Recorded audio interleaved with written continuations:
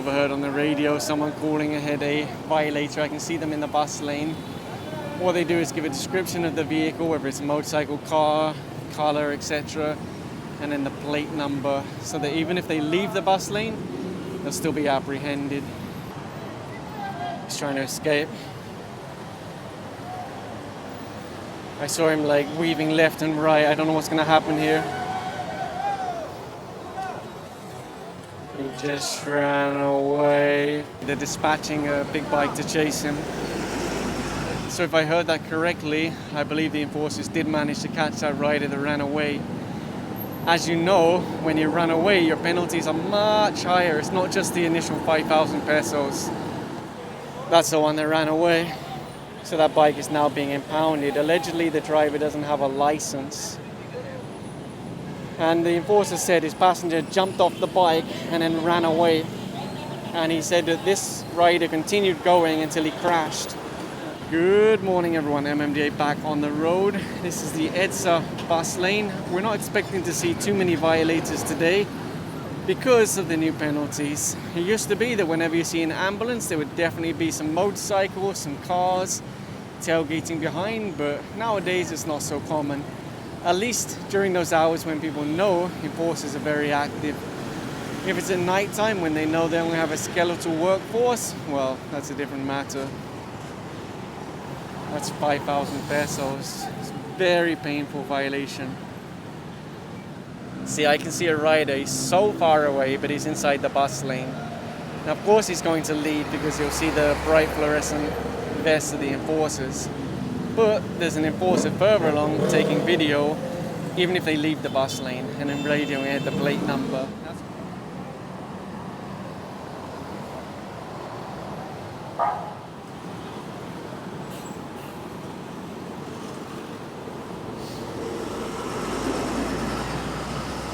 Although having a bright color like that definitely makes it a lot easier. There was actually a guy that was complaining before. He said he's going to contest his violation, which he can do. He can even do it online. He doesn't have to go to the office.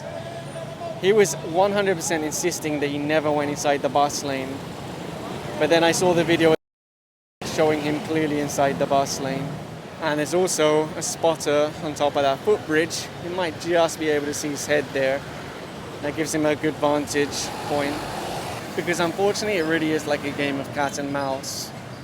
But gradually, there are less and less violators in the bus lane. Definitely, you can feel the difference.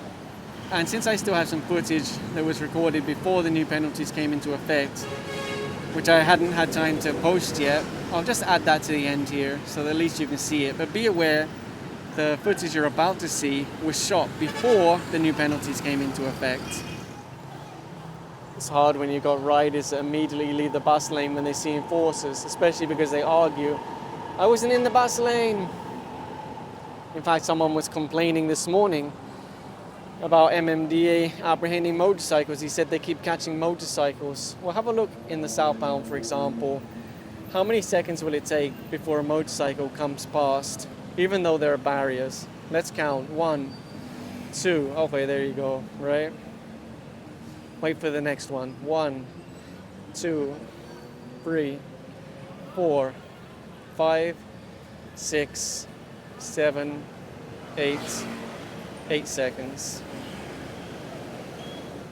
Okay, just left the bus lane now. Looks like both of those cars are going to be flagged down. They're in the bus lane, but they left once they saw enforcers. Does appear to be cooperating. And then that's number 2. So this is the one that ran away when they tried to apprehend him earlier. They managed to catch him and bring him back. So I just spoke to the enforcer that chased him, and his plate actually got broken in the process. Allegedly, the rider was swerving, trying to get away, and then hit the big bike in the process. The enforcer said they had 2 passengers, and one of them wasn't wearing a helmet. My goodness. Bakit naman ho kayo, sir, na tumakas ho?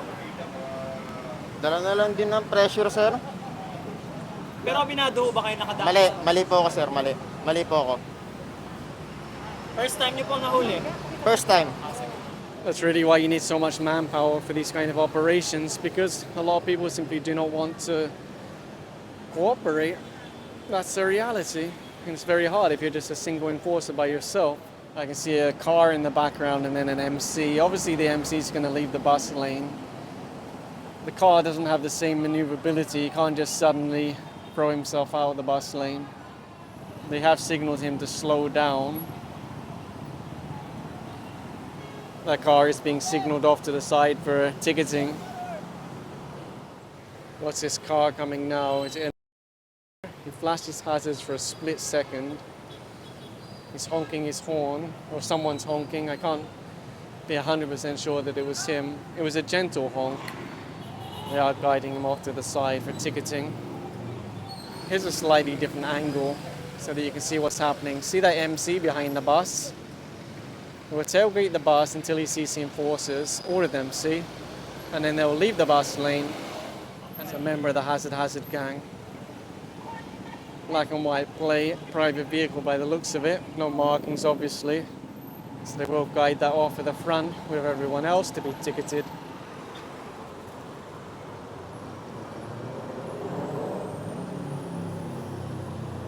The car was told to pull to the side, but he's just stopped on the highway and he's obstructing traffic.